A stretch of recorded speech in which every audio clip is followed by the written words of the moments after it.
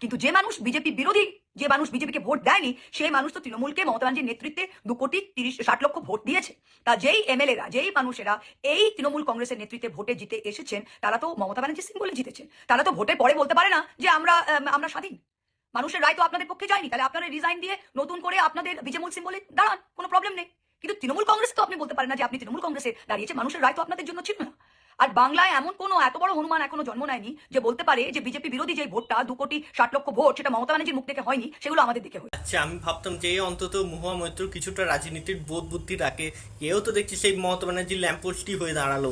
মানে এ বলছে যে 2,60,00,000 ভোট দিয়েছে মমতা ব্যানার্জিকে দেখে। আচ্ছা, এই লজিকটা তৃণমূলের কেউ একজন আমাকে বুঝিয়ে দেখ যে মমতা ব্যানার্জির সিম্বল বা মুখ দেখে সবাই ভোট দিয়ে দিল, বা 80 জন বিধায়ক জিতে গেল, অথচ মমতা ব্যানার্জি নিজে জিততে পারলো না।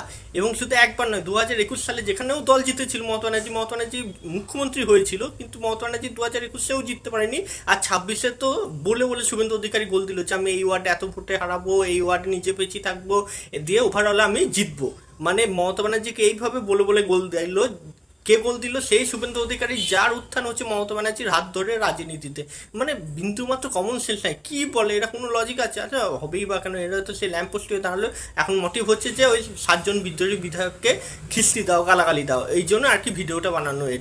আচ্ছা, আমাকে এই একটা লজিক বলে দিন তো, এইরকম তো শুভেন্দু অধিকারীর মতো তো বিধায়ক বা মানুষ তো অনেক থাকতেই পারে তৃণমূলের অন্দরে এখনো, ওই যে 7 জন বিদ্রোহী বিধায়ক হচ্ছে, তারাও তো মনে করতেই পারে যে মমতা ব্যানার্জি যেখানে নিজে জিততে পারেনি কিন্তু আমরা জিতে এসেছি, তার মানে নিশ্চয়ই মানুষ আমাদের উপর ভরসা রেখেছে, আমাদের বিশ্বাস করে ভোটটা দিয়েছে। তারাও ভাবতে পারে যে আমরাও বিরোধিতা করে হয়তো মমতা ব্যানার্জিকে সাইড করে আমাদের সেই ক্ষমতা থাকতেই পারে আর যোগ্যতা থাকতেই পারে মুখ্যমন্ত্রী হওয়ার, বিরোধী হয়ে বিরোধিতা করে মুখ্যমন্ত্রী হওয়ার, যেমন শুভেন্দু অধিকারী হয়েছিল তৃণমূল দল থেকে বেরিয়ে এসে। তো এমন নয় যে কোনো কারোর জমিদারি হতে পারে মানুষের ভোট, বা কোনো বিধায়ক সে বিধানসভায় এসেছে, কারোর কোনো দলের বা কোনো মানুষের জমিদারি নয়। সেই যুগ চলে গেছে, সবাই স্বাধীন। এখন সে কোনো মানুষ যে ভোট দিচ্ছে সবার নিজের ধান্দা আছে, আর যারা জিতছে তাদেরও নিজের ধান্দা আছে। আর এবার ভোটটা যারা হয়েছে বা যে ভোটটা যে দলে পড়েছে সেটা 2,60,00,000 বলুন কি 90,00,000, পুরো ভোটটাই হয়েছে সংখ্যা নিরিখে।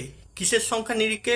কোথাও ভোট কাটাকাটির সংখ্যা নিরিখে, কোথাও ধর্মের নিরিখে, এইরকমভাবে ভোট হয়েছে, যার জন্য মমতা ব্যানার্জি জিততে না পারলেও কিন্তু কে জিতেছে? ঋতব্রত জিতেছে, কে জিতেছে? কুণাল ঘোষ জিতেছে। মানে এইরকম মানুষজন তৃণমূলের নেতারা জিতেছে, যারা অ্যাকচুয়ালি তৃণমূলের কোনোদিন ছিল না আর হবেও না।